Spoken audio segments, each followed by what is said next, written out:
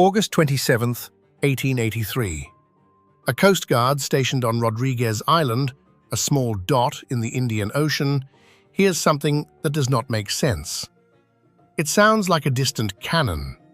He looks at his clock. He scans the open water. There are no ships in sight. He writes it in his logbook anyway. Distress fire, possibly. Direction unclear. What he is hearing was not fired by a cannon. It is not a ship in trouble. It is the loudest sound ever recorded in human history, and it has just traveled almost 5,000 kilometers across open water from a volcanic island 3 time zones away that is in the process of erasing itself from the map. In Perth, Australia, the same sound is heard. In Diego Garcia, in the Bay of Bengal, windows rattle in towns on the South African coast. The eruption that produces it will, over the following 5 months, kill more than 36,000 people. It will send tsunamis the height of 10-story buildings into the villages of Java and Sumatra, and it will drop the average global temperature briefly by more than a degree. The island that makes the noise will, by the end of the year, be mostly gone. What remains of it will sit beneath the sea.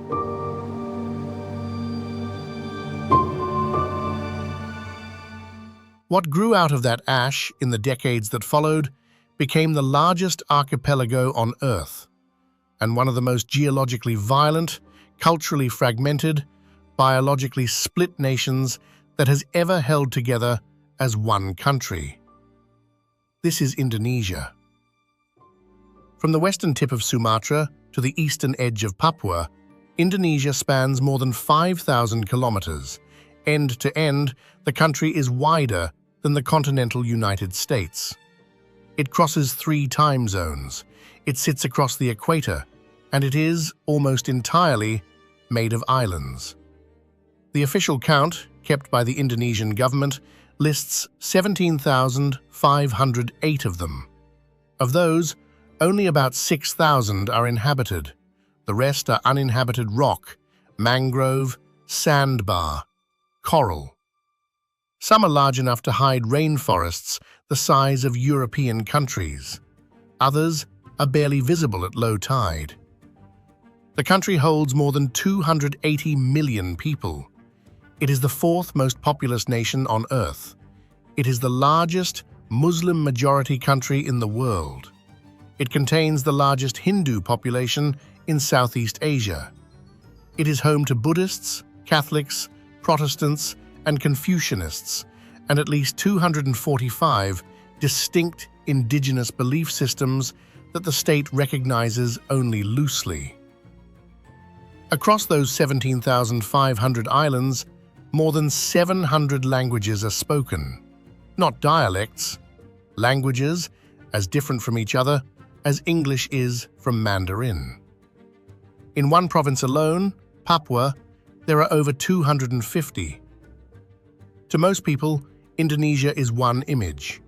A beach in Bali, maybe a rice terrace, maybe a temple at sunrise. That image is not wrong, but it is one frame of a country that runs for 5,000 kilometers in every direction around it, holds 17,000 islands together with one flag, and sits on the most active volcanic arc on the planet. How does a place like this exist as one country? And how, given everything that has happened to it, does it still hold? To understand Indonesia, you have to start by understanding what made it. And what made Indonesia is not history. It is geology. The country sits on the Ring of Fire, the horseshoe of tectonic activity that wraps around the Pacific Ocean. 3 plates collide beneath it. The Indo-Australian plate is sliding under the Eurasian plate at about 7 centimeters a year. To the east, the Pacific plate grinds against both. The pressure of those collisions has built the country itself, every mountain, every island, every harbor, and it continues to do so. There are 130 active volcanoes in Indonesia, more than any other country on Earth. Several erupt every year. A few have erupted at a scale that changed the planet. The northernmost island, Sumatra, sits closest to the fault line that has caused most of the country's worst disasters. In the highlands of North Sumatra, a lake fills a crater. Lake Toba is the largest volcanic lake in the world. Over 1,100 square kilometers of water sitting inside the caldera of a supervolcano. About 74,000 years ago, that volcano erupted with such force that some scientists believe it nearly ended the human species. Soot blocked the sun for years. Global temperatures dropped. The genetic record of every living human today shows a population bottleneck that traces back to roughly that period, a moment when there may have been fewer than 10,000 of our ancestors left alive.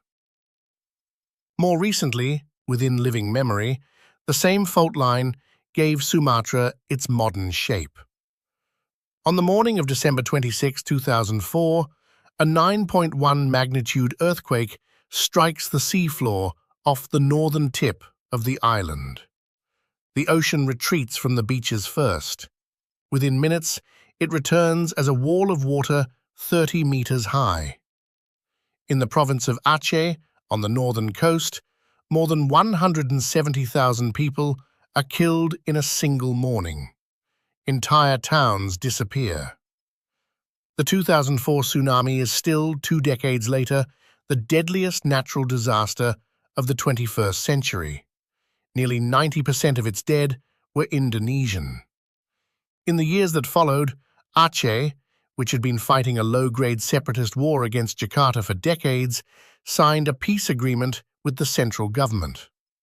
As part of the deal, the province was granted the right to enforce Sharia law within its own borders.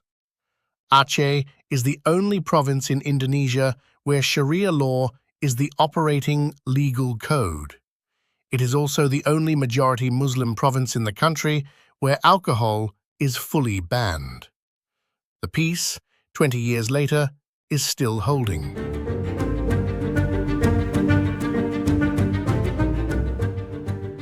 But Sumatra is also one of the last places on Earth where 4 large mammals share the same forest. Tigers, elephants, rhinos, and orangutans, all critically endangered, live together in a single ecosystem called Leuser in the north of the island. The Sumatran orangutan is one of the smartest non-human animals on the planet. It spends almost its entire life in the canopy, rarely touching the ground, building a new sleeping nest in the treetops every night. There are fewer than 14,000 of them left. In 2017, scientists confirmed that a small population of orangutans living in the Batang Toru forest further south was not a Sumatran orangutan at all. They were a separate species, the Tapanuli orangutan, and there were fewer than 800 of them. They are the rarest great ape on Earth. Their entire range covers less ground than the city of Singapore. The forests that hold them are still being cut for palm oil, paper pulp, and gold. Sumatra has lost more than 50% of its forest cover since 1985. Sumatra also holds one of the largest matrilineal societies in the world. The Minangkabau people, about 8 million of them, live primarily in the highlands of West Sumatra. Property is inherited from mother to daughter. Family names pass through the female line. When a couple marries, the husband moves into his wife's family home. The society is also overwhelmingly Muslim. The combination, matrilineal Islam, organized around female lineage, in a religion most outsiders associate with patriarchal structure, has held for more than 600 years. 500 kilometers south of Sumatra, across the same strait where Krakatoa once stood, lies the most populous island on Earth. Java is roughly the size of New York State. It holds 56% of Indonesia's population, about 157 million people, on 7% of its land. The population density on Java is higher than that of India, Japan, or the United Kingdom. It is also one of the most volcanically active places in the world. The spine of the island is a chain of more than 30 active volcanoes, stretching from the western tip near Krakatoa to the eastern edge near Bali. 3 of them have erupted in the past year. The most active is Mount Merapi in central Java, just north of the city of Yogyakarta. Merapi has erupted at least 68 times since 1548. It is in a state of near-constant activity. Its 2010 eruption killed 353 people, including the village elder who refused to leave his home on the volcano's slopes because his role, as he understood it, was to remain there and bear witness. The villages on Merapi's flanks have been there for centuries. Their residents understand the risks. They stay because the volcanic soil is the most fertile in Indonesia, and 3 rice harvests a year is the difference between subsistence and survival.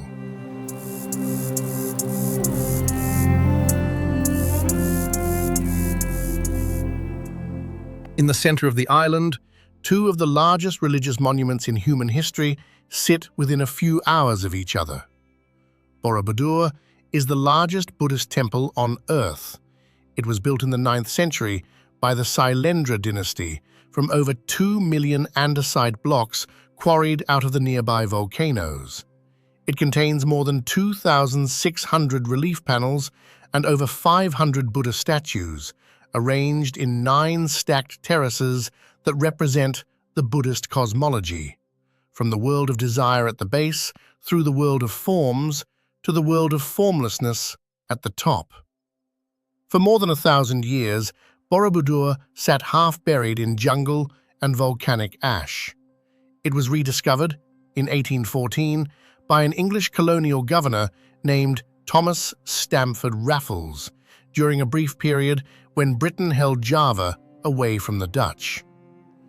40 kilometers east, the Hindu temple complex of Prambanan rises out of the same volcanic plain.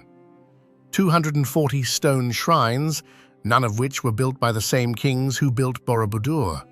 The 2 complexes are part of the same religious history, a history in which Java was, for several centuries, the cultural and intellectual capital of the Buddhist and Hindu world east of India. And then, in the 13th century, Islam arrived. Not by conquest, by trade. Muslim merchants from Gujarat and Yemen had been coming through the spice routes for generations. Coastal communities converted first. Sultanates formed. By the time the Dutch arrived, more than 3 centuries later, Java was overwhelmingly Muslim. The temples of Borobudur and Prambanan had become ruins in a jungle whose villagers no longer worshipped at them. Today, the island that gave the country its religious history is also the island that runs it. Jakarta, the capital on the northern coast, is the largest city in Southeast Asia. Greater Jakarta holds more than 30 million people. It is sinking by 25 centimeters every year, partly because its residents have pumped so much groundwater out from beneath it that the ground itself is collapsing. The Indonesian government has decided that this is not sustainable. Construction is already underway on the island of Borneo on a new capital, Nusantara, designed to replace Jakarta entirely.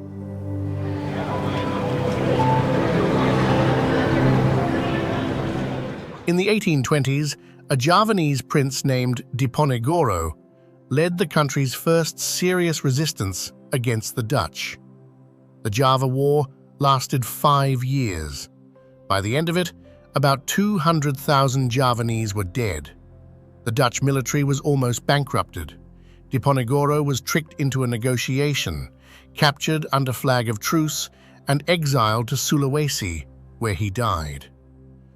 The Dutch then implemented a system called the cultuurstelsel, which forced Javanese farmers to dedicate 20% of their land to crops grown for the Dutch crown: sugar, indigo, coffee, tea. By the 1840s, repeated rice failures across the island had triggered famines that killed hundreds of thousands of people. The wealth that the cultuurstelsel generated went almost entirely to the Netherlands. Some economic historians estimate that the system financed close to a third of the Dutch government's budget for 30 years. Just east of Java, separated by a narrow strait you can swim across in less than an hour, sits the island that most people associate with the country. Bali is small, around 5,800 square kilometers, less than a third of 1% of Indonesia's land area. Around 4 million people live on it. It is also the only Hindu-majority province in a country that is more than 87% Muslim. When Islam swept across the rest of the archipelago in the 14th and 15th centuries, Bali did not convert. The Hindu Majapahit aristocracy of Java, in the final years of their empire, fled east to Bali rather than submit to the new Muslim sultanates of central Java. They brought their priests, their texts, their gamelan, and their gods. They never left. Today, Bali is the country's most visited destination. Around 6 million foreign tourists arrive each year. For most of them, it is the only part of Indonesia they will see. It is the image they will take home, the one image they will associate with the entire country. But Bali is the exception, not the rule. It is the part of Indonesia that survived a major historical change by refusing it. The rest of the country went a different direction at the same crossroad. The interesting question is not why Bali looks the way it does. The interesting question is why everything around it doesn't. In the late 1990s, after the fall of the country's second president, the central government began to grant the provinces increasing degrees of autonomy. Bali used that autonomy to formalize its religious calendar, its village structure, and the traditional water management cooperatives, the Subak, that have governed the island's rice terraces for over 1,000 years. The Subak were granted UNESCO protection in 2012. Most of them still operate on the same principles they were founded on.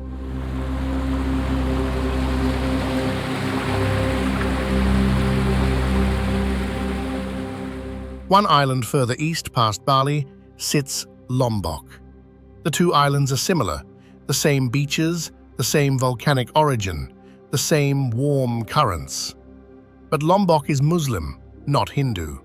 Its volcano, Mount Rinjani, is the second highest in the country at 3,726 meters, and inside its caldera sits a deep crater lake formed by an eruption in 1257 that may have been the largest of the past 7,000 years anywhere on Earth.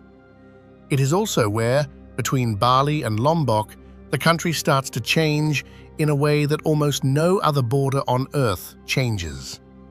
If you draw a line down through Indonesia, from north of Borneo, between Bali and Lombok, and down through the strait east of Sulawesi, you cross what biologists call the Wallace Line.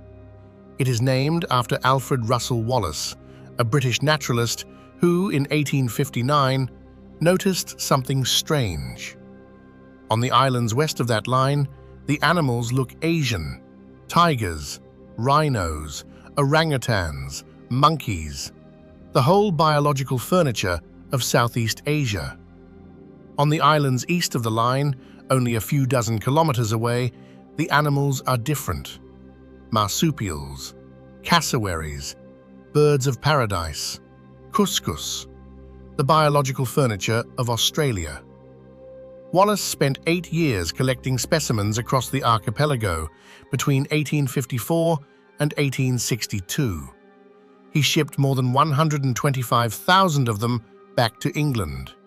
He paid for the trip by selling duplicates to museums and private collectors. He was, for most of those years, poor, frequently sick, and almost always alone. In a hut on the island of Halmahera in 1858, while recovering from a malaria fever, he wrote out a theory of evolution by natural selection in 3 days and sent it by mail to a man he had been corresponding with for years, Charles Darwin. Darwin had been quietly developing the same theory for 2 decades. Wallace's letter forced him to publish. The reason the line exists at all is the ocean. Between Bali and Lombok runs a deep-water trench, the Lombok Strait, that has stayed open even during ice ages when the rest of the archipelago was joined to mainland Asia by exposed land. Species west of the trench could walk across. Species east of it could not. 250 kilometers from where Wallace drew his line, on a handful of small, dry islands east of the Bali and Lombok crossing, lives the largest lizard on Earth. The Komodo dragon grows up to 3 meters long. It can weigh more than 80 kilograms. Its bite carries both anaerobic bacteria and a mild venom, which means that prey bitten and escaped will often die from the wound days later, and the dragon, with a sense of smell that can detect a carcass from kilometers away, will follow. There are only about 3,500 of them left, and they exist only on 5 islands in eastern Indonesia. Outside of Komodo, Rinca, and a few smaller neighbors, they have never been seen anywhere else. They are a relic of an older biological era. The same kinds of large monitor lizards once existed across Australia and New Guinea, but they died out tens of thousands of years ago. The Komodo population survived because its islands were too small to support the predators that would have competed with it. When Wallace described the strange biology of these islands in 1869, he wrote that the rules of nature east of his line started to feel like the rules of a different planet. North of the Komodo Islands, the country's strangest shape rises out of the sea. Sulawesi looks, on a map, like 4 arms reaching out from a central spine. The shape is the result of geology. Sulawesi is one of the few places on Earth where 2 tectonic microplates have collided into each other at angles, instead of subducting one beneath the other. The result is an island that holds species found on no other landmass on Earth. In the northern arm, in the forest, lives a small bird called the maleo. It is endemic to Sulawesi. It does not incubate its own eggs. Instead, the female maleo lays her egg, which is roughly 5 times the size of a chicken egg, in volcanic sand, or in sand heated by geothermal vents. She buries it. She walks away. The Earth itself, kept warm by Sulawesi's volcanoes, incubates the chick for 2 to 3 months. When the chick hatches, it digs itself out and immediately flies away. It has never seen its parents and never will. There are fewer than 14,000 Maleos left in the wild. Their numbers have collapsed because their eggs are a delicacy and their nesting beaches have been disturbed. In the lakes of southern Sulawesi, a series of deep volcanic lakes called the Malili System hold more than 15 endemic species of fish that exist nowhere else on Earth. In the central forests, 2 small mammals, the anoa, a forest buffalo the size of a sheep, and the babirusa, a wild pig with curling tusks that grow back through its own face, survive in numbers that no one has counted accurately.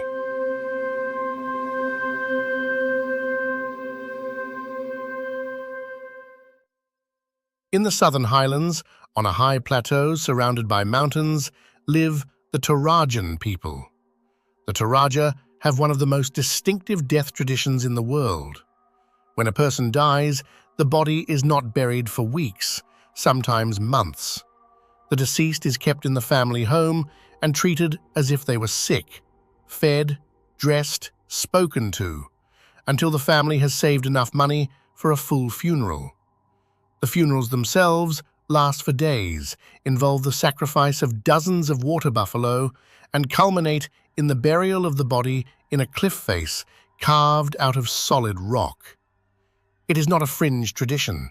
It is the dominant practice for hundreds of thousands of people in central Sulawesi, and it has continued, more or less unchanged, for at least 600 years. To the west of Sulawesi, across the Makassar Strait, sits one of the largest islands on Earth. Borneo is the third largest island in the world. Indonesia controls about 2/3 of it. The Indonesian portion is called Kalimantan. The remaining third is divided between Malaysia and the tiny kingdom of Brunei. The rainforest that covers Borneo is among the oldest on the planet, older than the Amazon, older than the Congo. It is estimated to be over 130 million years old, which means it has been growing continuously since the late Cretaceous, when dinosaurs still walked the land it sits on. That forest is being cut faster than any other major rainforest in the world. Since 1973, Borneo has lost over half of its old-growth forest.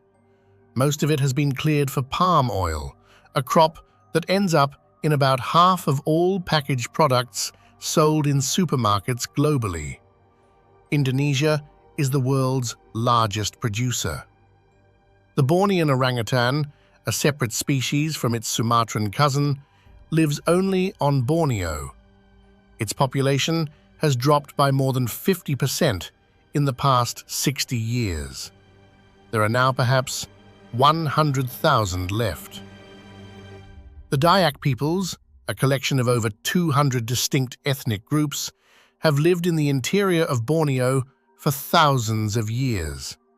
They built longhouses that could hold hundreds of people under a single roof. They navigated the rivers by canoe.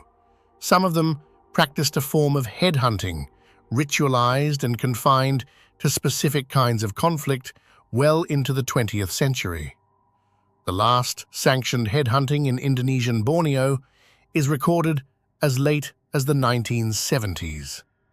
In 2019, the Indonesian government announced that the country's capital would move from Jakarta, which is sinking, to the forested coast of East Kalimantan. The new city is called Nusantara, an old Javanese word meaning outer islands.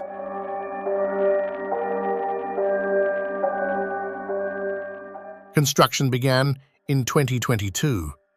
It is being built almost entirely on land that was forest a decade ago. 2,000 kilometers east of Borneo, off the western coast of Papua, lies one of the most biologically dense places on Earth. Raja Ampat, the Four Kings, is an archipelago of more than 1,500 small islands. They sit at the geographic center of what marine biologists call the Coral Triangle, a region of ocean stretching from the Philippines down through Indonesia to the Solomon Islands, where the highest concentration of marine biodiversity on the planet is found. In a single bay in Raja Ampat, divers have catalogued more species of fish than exist in the entire Caribbean Sea. There are over 600 species of hard coral here, about 75% of all known coral species on Earth. There are manta rays, there are sharks, there are turtles, there are pygmy seahorses smaller than a thumbnail. On the islands themselves, the forests harbor some of the largest butterflies in the world. The birdwings, a group of giant tropical butterflies with wingspans of up to 20 centimeters, exist in 82 species worldwide. 44 of them are endemic to the region around eastern Indonesia, an area biologists call Wallacea. One of those species was named in the 19th century after Alfred Russel Wallace himself, the man who first described the strange biology of these islands. The reason the marine biodiversity here is so high is a quirk of geology. The currents passing through the Indonesian archipelago, which itself sits between two oceans, concentrate nutrients, plankton, and larval drift into a few specific basins. Raja Ampat is one of them. The cold currents of the Pacific meet the warm currents of the Indian Ocean, and life accumulates in the gap.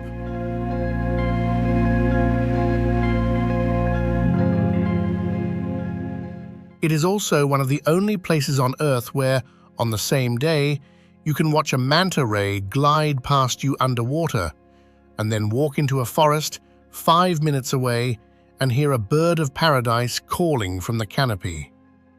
South and west of Raja Ampat, scattered across the same warm sea, lie the rest of the Maluku Islands, the cluster that European traders for 3 centuries called the Spice Islands.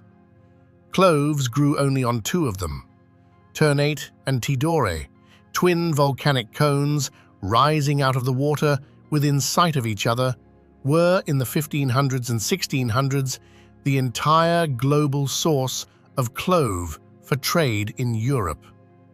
Their sultans played the Portuguese, the Spanish, and the Dutch against each other for over 100 years. When the Dutch eventually won, they did to the Clove Islands what they would soon do, on a smaller scale, to Banda. South of Raja Ampat, far from the population centers of Java and Sumatra, lies a small group of islands that, for a brief period of history, was the most valuable real estate on the planet. The Banda Islands are 10 small volcanic specks in the Banda Sea. The largest of them is no more than a few kilometers across. Together, they have a total land area smaller than a single neighborhood of modern Jakarta.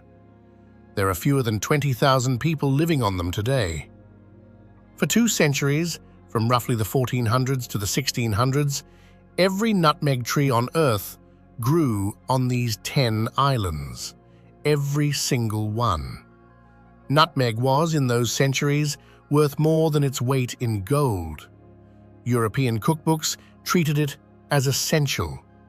European physicians prescribed it as a cure for plague. The men who could control its supply could set their own prices for it in Amsterdam, Lisbon, and London. Everyone in Europe was looking for the source. The Bandanese knew this. They had been selling nutmeg to Arab and Chinese traders for centuries before any European set foot in the archipelago. They had a sophisticated society, a federation of small republics, each governed by elected councils called orang kaya, the rich men. When the Portuguese arrived in 1512, the Bandanese sold to them too. When the Dutch arrived a century later, the Bandanese sold to them as well. This was the problem. The Dutch East India Company, the VOC, had been founded in 1602 to monopolize the spice trade. Its mandate was not commerce, it was monopoly. The Bandanese, by continuing to sell nutmeg to multiple buyers, were not behaving like trading partners. They were, in the VOC's view, breaking a contract that they had not actually signed. In 1621, the VOC sends the Governor-General of its East Indies operations, a man named Jan Pieter Zoon Koen, to resolve the issue. What follows is not a battle, it is a clearance. Over the course of several weeks, VOC forces, supported by Japanese Ronin mercenaries, land on the Banda Islands and systematically kill, enslave, or forcibly remove almost the entire native population. The Orangkaya are rounded up and beheaded. Their villages are burned. Anyone who survives is either deported to Batavia as forced labor or simply executed where they stand. Of an estimated 15,000 Bandanese before the operation, fewer than 1,000 are left when Kuhn is finished. The islands are then repopulated with Dutch planters, enslaved Africans, and convict labor brought in from elsewhere in the empire. Nutmeg production resumes within a year. Kuhn would write, in a private letter to his superiors, that he was satisfied with the outcome. He noted that the islands were now, in his words, quiet. The VOC's monopoly on nutmeg, secured by the killings on Banda, would last for almost 2 centuries.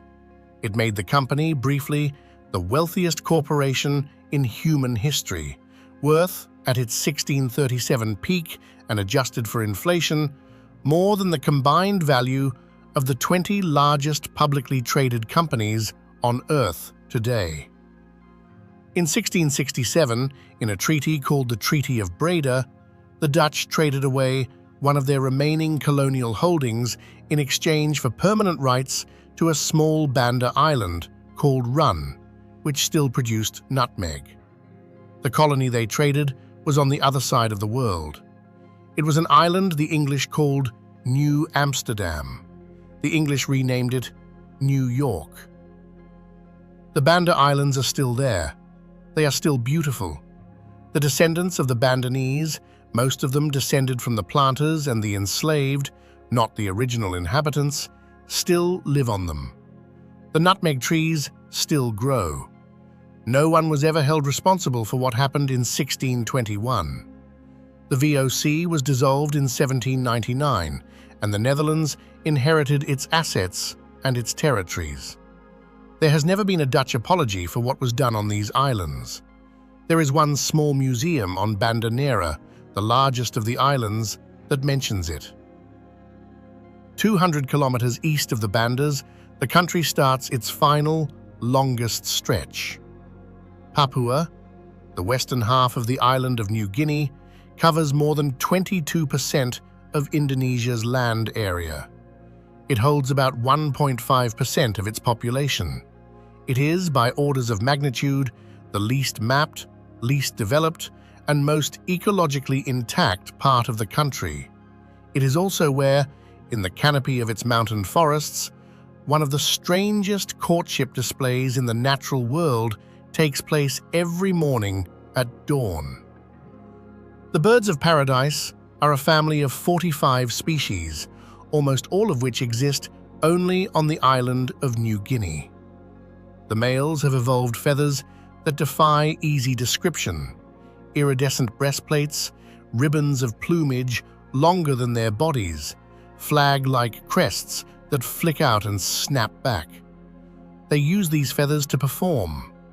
A male greater bird of paradise will spend hours clearing a small patch of branch in the canopy.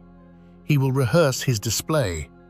When females arrive, and they do, sometimes in groups of 5 or 6, he begins a sequence of movements so specific that ornithologists have been studying them for over a century without fully cataloging them.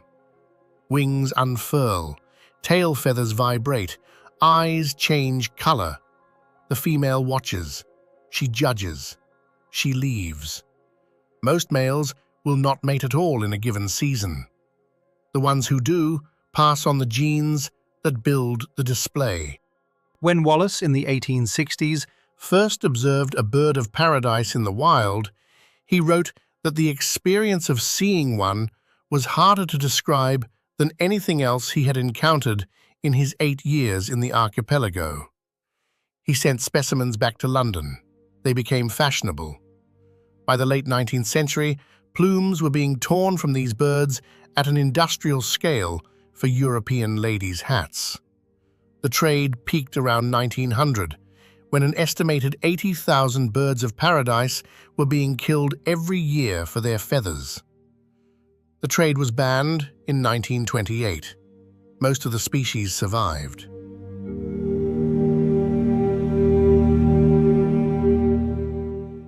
But the birds are not the strangest thing about Papua.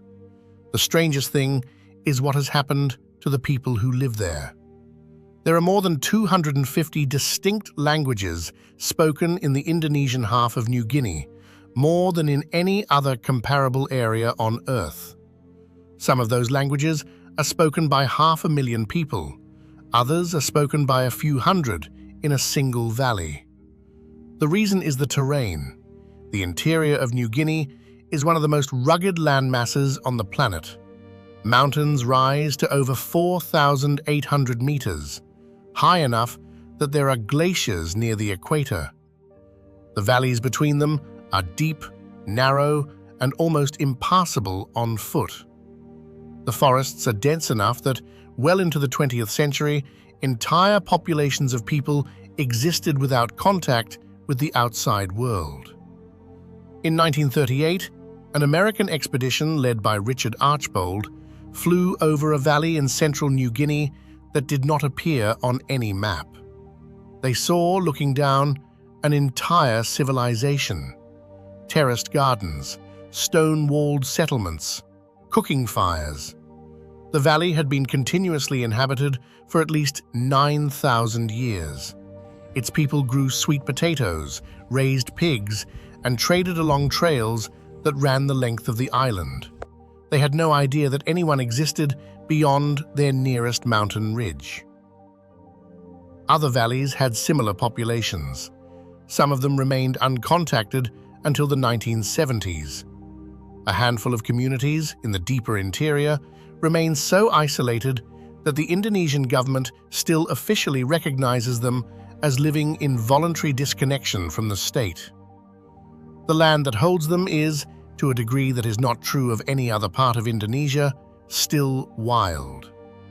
The forests of the Bird's Head Peninsula in the west and the southern lowlands in the east are home to ecosystems that have been continuously forested for more than 30 million years. They contain species of frog, butterfly, and bird that have not yet been formally described by science. Topographical surveys of the interior, even today, are marked in some areas as incomplete relief data. Papua became part of Indonesia in 1969 in a controversial process called the Act of Free Choice. Under the terms of an agreement brokered by the United Nations, a group of around 1,000 Papuan elders, selected by the Indonesian military, were assembled to vote on whether their territory should remain part of Indonesia. The vote was unanimous in favor of staying. There has been a low-grade independence movement in Papua ever since, periodically violent, never fully resolved. In the years since, the Indonesian government has invested heavily in resource extraction in Papua. The Grasberg mine in the Central Highlands is the world's second-largest gold mine and the third-largest copper mine. The waste rock from its operations has filled in several rivers. The mine itself is operated under a long-term concession by a multinational company. Its revenue accounts for a noticeable share of the central government's budget. Most of the workers at Grasberg are not Papuan. Most of the wealth does not stay in Papua. The province remains the poorest in Indonesia by almost every measurement. And yet, in the highlands, in valleys whose names are not on most maps of the country that owns them, the gardens are still being terraced. The pigs are still being raised. The languages, at least the ones that have not been lost in the last 50 years, are still being spoken at the dinner table. The birds of paradise in the canopy above all of this are still performing for each other at dawn. To understand the country that holds all of this together, you have to understand what it has done to hold itself together. In 1965, on the night of September 30th, 6 high-ranking generals in the Indonesian army are killed in Jakarta. The official explanation given by the military leadership in the days that follow is that the killings have been a communist coup attempt, instigated by the Indonesian Communist Party, the PKI, which is at that point the largest non-ruling communist party in the world. What followed, in the weeks and months after the killings, was one of the largest mass killings of the 20th century. Between October 1965 and March 1966, somewhere between 500,000 and 1 million Indonesians were killed. Most of them were killed on Java and Bali. Most of them were unarmed. The killings were carried out by army units, by civilian militias, armed and directed by the army, and in some areas, by ordinary villagers, often neighbors, under organized direction. The dead were not all party members. They were not all communist sympathizers. Many of them were ethnically Chinese. Many of them were teachers, union organizers, peasants who had signed petitions for land reform, or simply people whose names appeared on lists that no one outside the military had ever seen. The killings ended the rule of the country's first president, Sukarno, the man who had declared independence from the Dutch on August 17, 1945, and brought to power a general named Suharto. Suharto would rule Indonesia for the next 32 years. The events of 1965 have never been the subject of an official Indonesian inquiry. There has been no truth commission. The number of dead has never been counted. In 1975, Suharto's army invaded the neighboring Portuguese colony of East Timor, days after the Portuguese withdrawal. Over the next 24 years, an estimated 100,000 to 180,000 East Timorese, out of a population of about 700,000, died, either through direct violence or through the famine and disease that accompanied the occupation. East Timor finally voted for independence in 1999 and became its own country, Timor-Leste, in 2002. The Indonesian state has acknowledged that civilians were killed, but no senior official has ever been prosecuted. These are the things that the country has done in living memory to remain one country. In 1927, in the calm sea where Krakatoa had once stood, fishermen began noticing that the water above the old caldera was warmer than the surrounding ocean. Bubbles rose. The bubbles became steam. Within a few months, ash and rock began breaching the surface. A new island was rising out of the spot where the old one had destroyed itself 44 years earlier. The Indonesians named it Anak Krakatau, the child of Krakatoa. By the early 21st century, the new island had grown to more than 300 meters in height. It has continued to erupt, on and off, for almost 100 years. In December of 2018, its southwestern flank collapsed into the sea. The collapse triggered a tsunami, smaller than the original, but still large enough to kill 437 people on the coasts of Java and Sumatra. The wave struck the beach at Tanjung Lesung, where a local band was performing at an end-of-year concert. Half the band was killed mid-song. The other half survived because they were standing on the higher edge of the stage. 68 years before the original Krakatoa eruption, in 1815, a different Indonesian volcano had erupted with even greater force. Mount Tambora, on the island of Sumbawa, produced an eruption that scientists today rank as a VEI 7, 3 or 4 times larger than Krakatoa. Its dust circled the globe for more than a year, blocking enough sunlight that the summer of 1816 in Europe and North America was called the year without a summer. Crops failed. Famines spread. Tambora is one of more than 100 volcanoes still considered active in Indonesia today. About half of them are on Java. In the rainforest of Ujung Kulon, on the southwestern tip of Java, in a peninsula that juts out toward the Sunda Strait, where Krakatoa once stood, lives the last population of one of the rarest large mammals on Earth. The Javan rhinoceros once ranged from northeastern India to Vietnam to Sumatra and Java. Hunting and habitat loss reduced its global population by the early 20th century to a few dozen animals. The last individual outside Indonesia, in Vietnam, was killed in 2010, shot for its horn. Today, the entire global population of Javan rhinos consists of about 76 individuals. All of them live in Ujung Kulon National Park. The park is the size of a small county. There are no Javan rhinos in any zoo, in any reserve, anywhere else on Earth. The park is also located inside the projected wave path of the next major Krakatoa eruption. The rhinos do not know this. They walk through the forest. They feed at dawn and dusk. They wallow in mud. They are almost never seen, even by the researchers who study them. The species was thought to be 10 or 20 animals away from extinction in the 1960s. Through decades of protection, it has held on.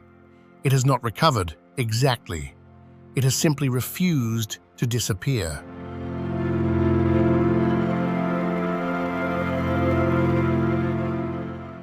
Indonesia became a country on August 17, 1945, 2 days after Japan surrendered to end the Second World War. The Japanese had occupied the archipelago, then called the Dutch East Indies, since 1942. As the war ended, a small group of Indonesian nationalists, led by Sukarno, drove to a colonial mansion in Jakarta, signed a one-paragraph proclamation of independence, and read it aloud at sunrise from the front porch. The proclamation was 8 sentences long. It mentioned no specific borders. It claimed no specific territory. It just stated that, from that day forward, the people of Indonesia were independent. It would take another 4 years and a war against returning Dutch forces before the Netherlands formally recognized that independence.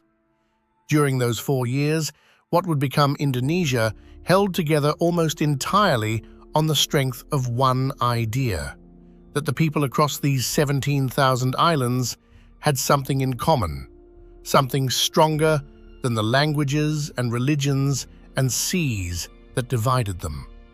That idea was eventually codified into a state philosophy called Pancasila.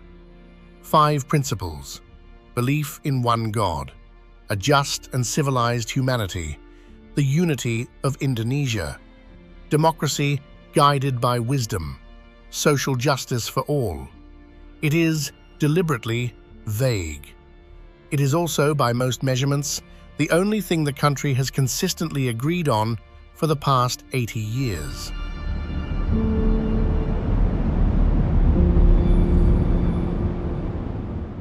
What holds Indonesia together is not its geography. The geography is doing the opposite. The volcanoes split it apart. The tsunamis erase its coastlines. The deep ocean trenches isolate its species. The mountains hide its languages from each other. What holds Indonesia together is a flag younger than most of its grandparents, a national language that almost nobody grew up speaking at home, and a shared agreement between people who have been given many reasons not to make it, that the country is more useful as a country than as 17,000 separate ones. On the morning of August 27, 1883, a coast guard on Rodrigues Island heard a sound he could not explain and wrote it down. Some of the people who would later become Indonesians felt that same sound. They felt the air pressure drop. They felt the windows in their houses rattle. They watched the ash from the eruption darken the sky for 3 days. The country that grew out of that ash was not a single thing. It was, and is, a project.